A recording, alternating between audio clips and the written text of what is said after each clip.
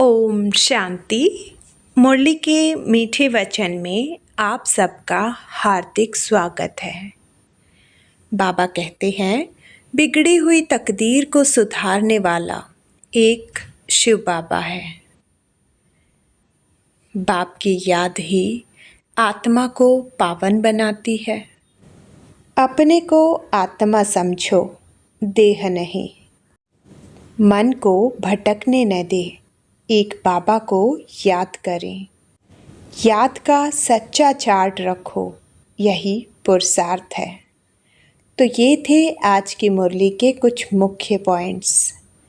अभी हम जानेंगे मुरली को विस्तार से, लेकिन उससे पहले मैं आपसे एक छोटा सा सजेशन चाहती हूँ। आप मुझे कमेंट करके ये ज़रूर बताइएगा कि आप किस तरह से मुरली सुनना चाहते हैं, स्लो या फिर फास्ट, या फिर जैसे चल रही है सेम वैसे ही। और बाबा को सच्चे दिल से याद करके कमेंट में ओम शांति जरूर लिखिएगा। और अगर आप चाहते हो बाबा के महावाक्य आपको हर रोज़ इसी तरह से मिलते रहें तो चैनल को सब्सक्राइब कीजिएगा। तो आइए प्रेम से सुनते हैं 28 जुलाई 2026 के अमृतवाणी। मीठे बच्चे, तुम्हारी बिगड़ी को सुधारने वाला अर्थात तकदीर बनाने वाला एक बाप है जो तुम्हें नॉलेज देकर तकदीरवान बनाते हैं। प्रश्न, तुम बच्चों की इस रूहानी भट्टी का एक कायदा कौन सा है? उत्तर, रूहानी भट्टी में अर्थात याद की यात्रा में बैठने वालों को कभी भी इधर उधर के ख्यालात नहीं चलाने हैं। एक बाप को याद करना है। अगर बुद्धि इधर उधर भटकती है तो झुटका खाते रहेंगे, उबासी देंगे। इससे वायुमंडल खराब होता है, अपना ही नुकसान करते हैं। गीत, दिल का सहारा टूट न जाए। ओम शांति। मीठे मीठे रूहानी बच्चों ने गीत के 2 अक्षर सुने। बच्चों को सावधानी मिलती है। इस समय जो भी है सबकी तकदीर बिगड़ी हुई है, सिवाय तुम ब्राह्मणों के। तुम्हारी अब बिगड़ी से सुधर रही है। बाप को कहा ही जाता है तकदीर बनाने वाला। तुम जानते हो शिव बाबा कितना मीठा है। बाबा अक्षर बड़ा मीठा है। बाप से सब आत्माओं को वर्षा मिलता है। लौकिक बाप से बच्चों को वर्षा मिलता है, बच्ची को नहीं। यहाँ बच्चा व बच्ची सब वर्षे के हकदार हैं। बाप पढ़ाते हैं आत्माओं को अर्थात अपने बच्चों को। आत्मा समझती है हम सब ब्रदर्स हैं। बराबर ब्रदरहुड कहा जाता है ना। एक भगवान के बच्चे हैं, फिर इतना लड़ते झगड़ते क्यों? सब आपस में लड़ते ही रहते हैं। अनेक धर्म अनेक मत हैं और मुख्य बात तो रावण राज्य में लड़ाई ही चलती है, क्योंकि विकारों की प्रवेशता है। काम विकार पर भी कितना लड़ाई झगड़ा होता है। ऐसे बहुत राजाओं ने लड़ाई की है। काम के लिए बहुत लड़ते हैं, कितने खुश होते हैं। कोई के साथ दिल होती है तो मार भी देते हैं। काम महाशत्रु है। क्रोध वाले को तो क्रोधी ही कहेंगे, लोभ वाले को लोभी कहेंगे, लेकिन जो कामी है उनके बहुत नाम रखे हुए हैं। इसलिए कहा जाता है अमृत छोड़ विष काहे को खाए। शास्त्रों में अमृत नाम लिख दिया है। दिखाते हैं सागर मंथन किया तो अमृत निकला। कलश लक्ष्मी को दिया, कितनी कहानियां हैं। इसमें भी बड़े ते बड़ी बात है, सर्वव्यापी की। गीता का भगवान कौन और पतित पावन कौन? प्रदर्शनी में मुख्य इन्हीं चित्रों पर समझाया जाता है। पतित पावन ज्ञान का सागर, उनसे निकली हुई ज्ञान गंगाएं व पानी की नदी व सागर। कितनी अच्छी अच्छी बातें समझाई जाती हैं। बाप बैठ समझाते हैं, मीठे मीठे बच्चों, तुमको किसने पावन बनाया? बिगड़ी को सुधारने वाला कौन है? वह पतित पावन कब आते हैं? यह खेल कैसे बना हुआ है, कोई भी नहीं जानते हैं। बाप को कहा ही जाता है नॉलेजफुल, ब्लिसफुल, पीसफुल। गाया भी जाता है बिगड़ी को बनाने वाला एक। यह तो समझने में आता है, बरोबर रावण हमारी बिगाड़ते हैं। यह खेल है हार जीत का। रावण को भी तुम जानते हो, जिसको भारतवासी वर्ष वर्ष जलाते हैं। यह भारत का दुश्मन है, भारत में ही हर वर्ष जलाते हैं। उनसे पूछो कब से जलाते आते हो, तो कहेंगे यह तो अनादि चला आता है। जब से सृष्टि शुरू होती है, शास्त्रों में जो पढ़ा सत सत करते आते हैं। मुख्य भूल है ईश्वर को सर्वव्यापी कहना। बाप यह नहीं कहते कि यह किसकी भूल है। यह ड्रामा में नुद्ध है, हार जीत का खेल है। माया से हारे हार, माया से जीते जीत। माया से कैसे हार खाते हैं वह भी समझाया जाता है। पूरा आधा कल्प रावण राज्य चलता है, 1 सेकंड का भी फर्क नहीं हो सकता। राम राज्य की स्थापना और रावण राज्य का विनाश अपने समय पर एक्यूरेट चलते हैं। सतयुग में तो लंका होती नहीं, वह तो बुद्ध धर्म का खंड है। पढ़े लिखे की बुद्धि में रहता है। लंदन इस तरफ है, अमेरिका इस तरफ है। पढ़ाई से बुद्धि का ताला खुलता है, रोशनी आती है। इसको ज्ञान का तीसरा नेत्र कहा जाता है। बुढ़िया बहुत बातें समझ न सके, इन्हों को एक मुख्य बात धारण करनी है, जो ही अंत में काम आती है। मनुष्य शास्त्र तो बहुत पढ़ते हैं, पिछाड़ी में फिर भी एक अक्षर कह देते हैं कि राम राम कहो। ऐसे नहीं कहते शास्त्र सुनाओ, वेद सुनाओ। पिछाड़ी में कहेंगे राम को याद करो। जो जास्ती समय जिस चिंतन में रहते हैं, अंत में भी वह याद आ जाता है। अभी विनाश तो सबको होना है, तुम जानते हो। सब किसको याद करेंगे? कोई श्री कृष्ण को, कोई अपने गुरु को याद करेंगे, कोई अपने देह के संबंधियों को याद करेंगे। देह को याद किया, खेल खल्लास।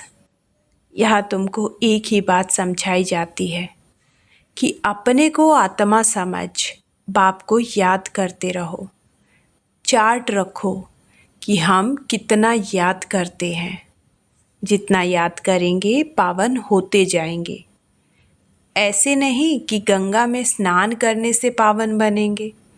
आत्मा की बात है ना, आत्मा ही पतित, आत्मा ही पावन बनती है ना। बाप ने समझाया है, आत्मा एक स्टार बिंदी है, भरकुटी के बीच में रहती है। कहते हैं आत्मा स्टार अति सूक्ष्म है। तुम बच्चे ही इन बातों को समझ सकते हो। बाप कहते हैं मैं कल्प के संगम युगे आता हूँ। उन्होंने फिर कल्प अक्षर छोड़ युगे युगे अक्षर लिख दिया है, तो मनुष्यों ने उल्टा समझ लिया है। मैंने कहा है कि कल्प कल्प संगम युगे आता हूँ, घोर अंधियारा और घोर सोंझरे के संगम पर। बाकी युगे युगे आने की तो दरकार ही नहीं, सीढ़ी उतरते ही आते हैं। जब पूरे 84 जन्म की सीढ़ी उतरते हैं तब बाप आते हैं। यह ज्ञान सारी दुनिया के लिए है। सन्यासी लोग तो कह देते हैं इन्हों के चित्र सब कल्पना है, परंतु कल्पना की तो इसमें कोई बात ही नहीं। यह सबको समझाया जाता है, नहीं तो मनुष्य को कैसे पता पड़े। इसलिए यह चित्र बनाए गए हैं। यह प्रदर्शनी देश देशांतर में ढेर होती रहेगी। बाप कहते हैं बहुत भारतवासी बच्चे हैं। है तो सब बच्चे ना, अनेक धर्मों का यह झाड़ है। बाप बैठ समझाते हैं। यह सब काम चिता पर बैठ जल मरे हैं। सतयुग में जो पहले पहले आते हैं वही फिर पहले पहले द्वापर से लेकर काम अग्नि में जलते हैं, इसलिए काले हो गए हैं। अभी सबकी सदगति होनी है। तुम निमित्त बनते हो, तुम्हारे पिछाड़ी सबकी सदगति होनी है। बाप कितना सहज रीति समझाते हैं। कहते हैं सिर्फ बाप को याद करो। आत्मा ने ही दुर्गति को पाया है। आत्मा पतित बनने से शरीर भी ऐसा मिलता है। आत्मा को पावन बनाने की युक्ति बाप बिल्कुल सहज बताते हैं। त्रिमूर्ति के चित्र में ब्रह्मा का चित्र देख मनुष्य हाय हाय मचा देते हैं। इनको ब्रह्मा क्यों कहते हो? ब्रह्मा तो सूक्ष्म वतन वासी देवता है। यहाँ कहाँ से आया? यह दादा तो नामी ग्रामी था, अखबारों में सब जगह पड़ा था। एक जौहरी कहता मैं श्री कृष्ण हूँ, हमको 16,108 रानियाँ चाहिए। बड़ा हंगामा मच गया था भगाने का। अब एक एक से माथा कौन मारे, इतनी ढेर मनुष्य है। आबू में भी कोई आते हैं तो इनको झट कहते हैं, अरे ब्रह्म कुमारियों के पास जाते हो, वह तो जादू कर देती है, स्त्री पुरुष को भाई बहन बना देती है। लंबी चौड़ी बात बताकर माथा खराब कर देते हैं। बाबा कहते हैं तुम मुझे ज्ञान सागर वर्ल्ड अलमाइटी अथॉरिटी कहते हो। वर्ल्ड अलमाइटी अथॉरिटी सर्वशक्तिमान, सब वेदों शास्त्रों आदि को जानने वाला। बड़े विद्वान को भी अथॉरिटी कहते हैं, क्योंकि वह सब वेदों शास्त्रों आदि को पढ़ते हैं, फिर बनारस में जाकर टाइटल ले आते हैं। महामहोपाध्याय श्री श्री 108 सरस्वती, यह सब टाइटल वहाँ ही मिलते हैं। जो बहुत होशियार होते हैं उनको बड़ा टाइटल मिलता है। शास्त्रों में जनक के लिए लिखा हुआ है। उसने कहा कि सच्चा ब्रह्मा ज्ञान कोई हमको सुनाए। अब ब्रह्मा ज्ञान तो है नहीं, बातें सारी यहाँ की है। कहानी बड़ी बना दी है। शंकर पार्वती की भी कहानी लिखी हुई है। कितनी कहानियाँ बैठ बनाई है। शंकर ने पार्वती को कथा सुनाई, वास्तव में था शिव। उन्होंने फिर शंकर पार्वती का नाम दे दिया है। भागवत आदि में यह सब इस समय की बात है। फिर कहानी में बताते हैं उनको ख्याल आया राजा को यह ज्ञान जाकर दूं। बाप भी समझाते हैं राजाओं को जाकर ज्ञान दो। तुम ही सूर्यवंशी थे, फिर चंद्रवंशी, वैश्यवंशी, शूद्रवंशी बने। तुम्हारी राजधानी ही चट हो गई है। अब फिर सूर्यवंशी राजधानी लेना हो तो पुरुषार्थ करो। राजयोग सिखाने वाला बाबा आया हुआ है। फिर आकर बेहद का साम्राज्य लो। राजाओं के पास भी बहुत चिट्ठियाँ जाती हैं, फिर उनको मिलती थोड़े ही हैं। उनके प्राइवेट सेक्रेटरी चिट्ठियाँ देखते हैं, कितनी चिट्ठियाँ फेंक देते हैं। कोई में ऐसी ज़रूरी बात होती है तो उनको दिखा देते हैं।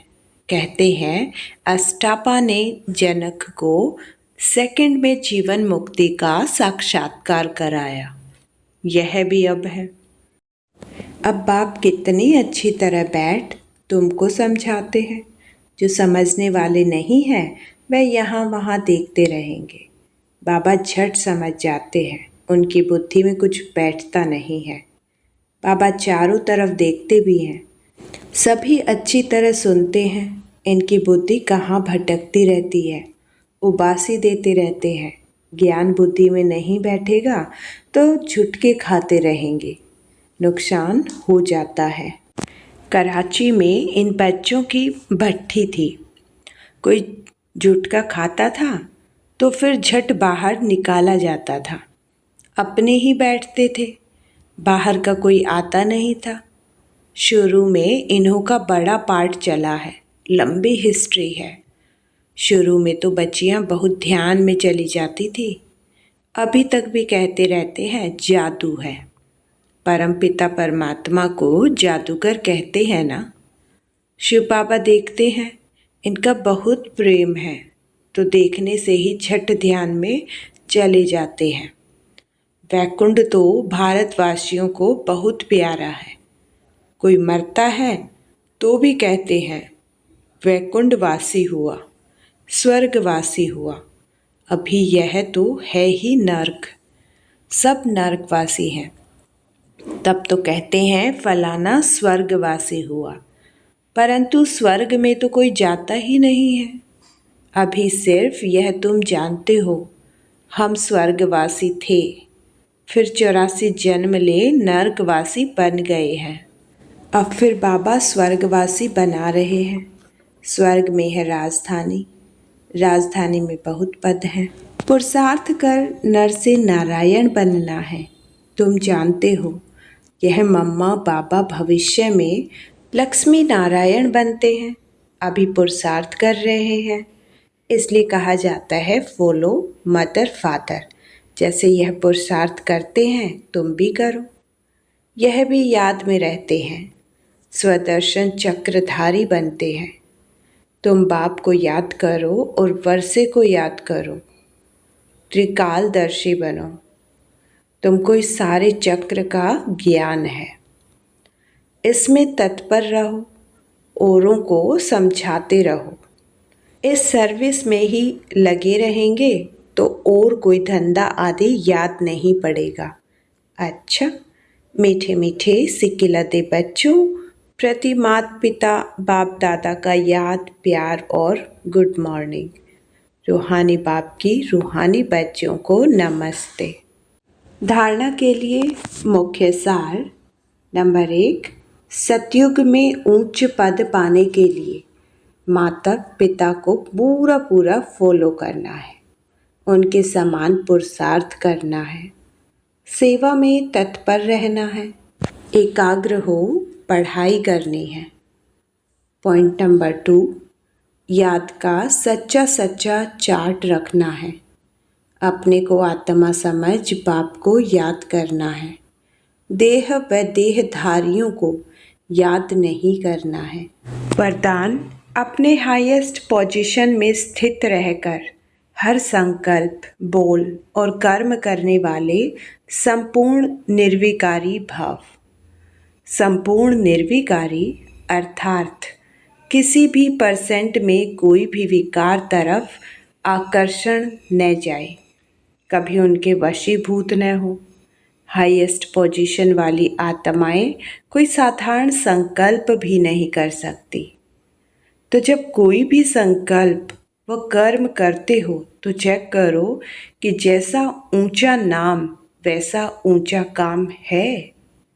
अगर नाम ऊंचा काम नीचा तो नाम बदनाम करते हो। इसलिए लक्ष्य प्रमाण लक्षण धारण करो, तब कहेंगे संपूर्ण निर्विकारी अर्थात हॉलीएस्ट आत्मा। स्लोगन, कर्म करते करन करावनहार बाप की स्मृति रहे तो सब पुरुषार्थ और योग का बैलेंस ठीक रहेगा। अव्यक्त इशारे, ज्वाला स्वरूप स्थिति में रह शक्तिशाली याद का अनुभव करो। इस कलयुगी तमो प्रधान जड़ीभूत वृक्ष की दूर दिशा देखते हुए ब्रह्मा बाप को संकल्प आता है कि अभी अभी बच्चों के तपस्वी रूप द्वारा, योग अग्नि द्वारा इस पुराने वृक्ष को भस्म कर दे, परंतु इसके लिए संगठित रूप में फुल फोर्स से योग ज्वाला प्रज्वलित चाहिए। तो ब्रह्मा बाप के इस संकल्प को साकार में लाओ। तो मीठे बच्चों, आज की मुरली हमें सिखाती है कि हमारा बिगड़ी हुई तकदीर को सुधारने वाला एकमात्र शिव बाबा है। यदि हम स्वयं को आत्मा समझकर हर समय बाबा की याद में रहें तो हमारा जीवन भी श्रेष्ठ और भाग्यशाली बन जाएगा। अगर आपको आज की मुरली का यह सार पसंद आया हो तो वीडियो को लाइक करें, शेयर करें और हाँ, रोज़ाना ऐसी ही मधुर मुरली सुनने के लिए मुरली के मीठे वचन चैनल को सब्सक्राइब करें और कमेंट में सच्चे दिल से बाबा को याद करके ओम शांति जरूर लिखिएगा।